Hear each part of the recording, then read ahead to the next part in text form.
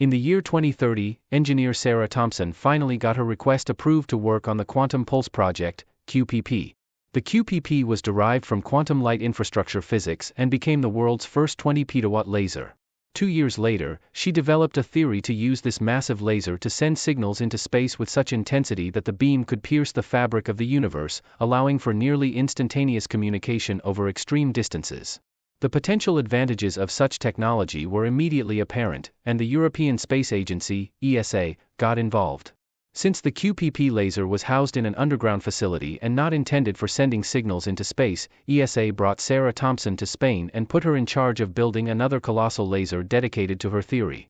The Europeans, being ambitious, decided to build an even stronger laser than the QPP, leading to the creation of the Quantum Long-Range Quantum Light Communicator, QRQ. The QRQ was the world's first 60 petawatt laser equipped with an advanced targeting system that could compensate for Earth's rotation, target speed, and other factors. It could send a beam capable of hitting a small coin on the surface of the moon. The simplest way to send data using the QRQ was Morse code, but other options like transmitting in binary by converting the on-off signals into zeros and ones, as well as decimals or hexadecimals, were also possible. While we had a way to communicate, there was no one to communicate with. Sure, we used this to communicate with rovers on Mars and space missions, but it felt like how Alexander Graham Bell must have felt having a phone but no one to talk to. The next step was to build a receiver, a large satellite dish around the QRQ. When the QRQ wasn't being used to communicate with our equipment like rovers and shuttles, it was pointed at all the known planets we had discovered, sending a simple binary message like "hello" toward their surfaces and listening for a response. We figured that if anyone received our signal, they would send back something similar to the location of the transmitting device. It took 2 years to go through all the planets we knew about. When we finished transmitting to all the planets discovered so far, we started transmitting to locations where we only suspected planets might be. We also sent signals into the spaces between the planets and stars, into the blackest void, aiming to reach beyond our observable universe. Years passed, technology advanced, and other QRQ devices were built, including one on our first colony on Mars. Smaller, similar devices were constructed, more efficient and designed just for communication between Mars and Earth or between Earth and space missions. The original QRQ now had only one job: to send our "hello" into space and listen for a reply. It was the year 2070 when the reply came back. It was a similar signal, an intense light beam broken into segments. It copied our original binary signal, the "hello" we sent, and included an additional signal at the end that we translated as 2 by 2. Amidst the chaos and excitement, we finally managed to send back the answer, 4. Thus began our first communication with a race that called themselves the Chiron. From the start, it was clear that their technology was leaps and bounds ahead of ours, but it was also clear that they were friendly and willing to share their knowledge with us. Communication was slow and frustrating via QRQ. But because we were different species, binary remained the only language that both civilizations could understand. We started to exchange information. Among the first things exchanged were the periodic tables from each civilization. As a result, we found out that they too were carbon-based life forms. They were smaller than us, about a quarter of our mass, with a different morphology, 4 legs and 4 arms. Their atmosphere was similar in composition to ours, and with their advanced medicine, they had a lifespan of 600 years on average. This discussion led to the first gift we received from the Chiron, a very complicated chemical formula but only with elements from our periodic table. The Chiron were declared unconditional allies when our scientists discovered that the formula was for a substance that could cure cancer, among other diseases that still plagued our civilization. After this came ideas for clean energy, formulas for new types of building materials, lighter, stronger, and more durable. They sent us a map of the stars between them and us and ways to accelerate the terraforming of Mars. It seemed they couldn't send us their knowledge fast enough, and we couldn't decipher the information quickly enough. Thousands of scientists from all over the world worked on the data they sent. The communication was slow, and the volume of information was so large that many mistakes were made, from deciphering errors to overlapping projects to missing bits caused by different cosmic events. One passing comet between Earth and their planet caused such a distortion of the message that instead of the formula for a material that could be used for spaceship windows, what we received and deciphered was a formula for some type of biodegradable styrofoam.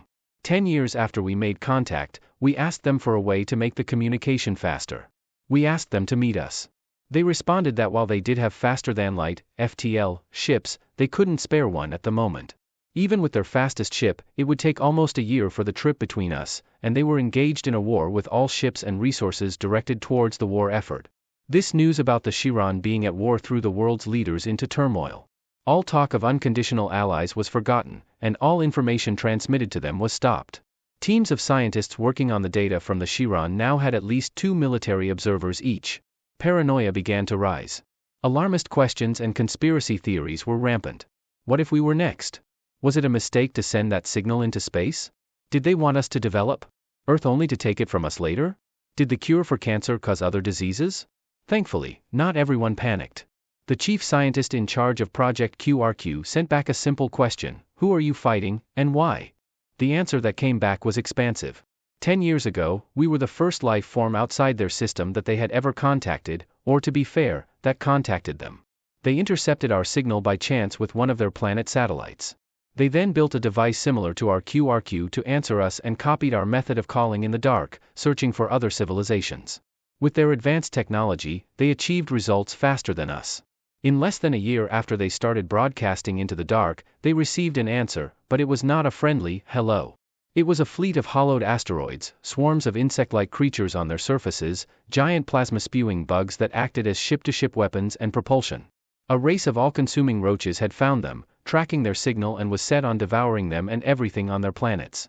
All attempts at communication were rebuffed by the bugs, who were merciless and implacable.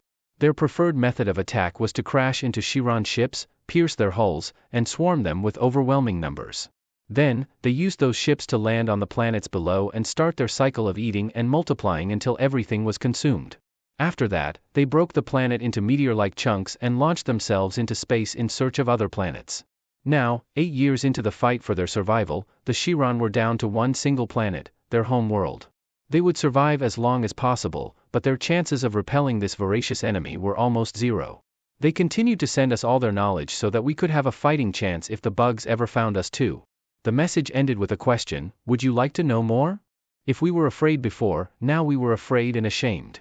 But now, we had an enemy, and our unconditional allies were on the verge of extinction. The people who started a new golden age of science on Earth were dying. For 8 years, they never asked us for anything. Instead, they gave us all they could. We asked them for weapons, ships, engine designs. We asked for FTL. We asked for everything that could give us a chance against the bugs. And we promised them that the first warship we built with these designs would come to their aid. This must have elicited some bitter smiles from their side. They answered that they had already lost close to 500 ships, one more ship would not make any difference. Stay safe, they transmitted. Stay safe, grow strong, and don't repeat our mistake of trusting that the universe is as kind and friendly as you are. Still, they began transmitting all the data we needed for an FTL engine, ship-to-ship weapons, ship designs, hull materials, air recycling, and more. So much data that all other projects were put on hold. Everyone was working on deciphering the data needed for the ship, which we arrogantly named Cavalry. Thousands of contractors were hired to build it. It was a project that united the world, a futile gesture perhaps, but one to express our gratitude for all the Chiron had done for us. The Cavalry started to be built even before all the information about it finished coming through. Errors were bound to happen. After we started building the hull, the airlock seemed too big and not compatible with our other ships and space stations, so we corrected them and made them smaller. The living quarters were too big and comfortable, a waste of space. Storage for weapons, it seemed the main weapons of the ship were kind of weak, so we made them bigger. Maybe that's a human thing, there's no such thing as overkill when it comes to bugs. So, we added some of our most powerful railguns, nuclear warheads, and even a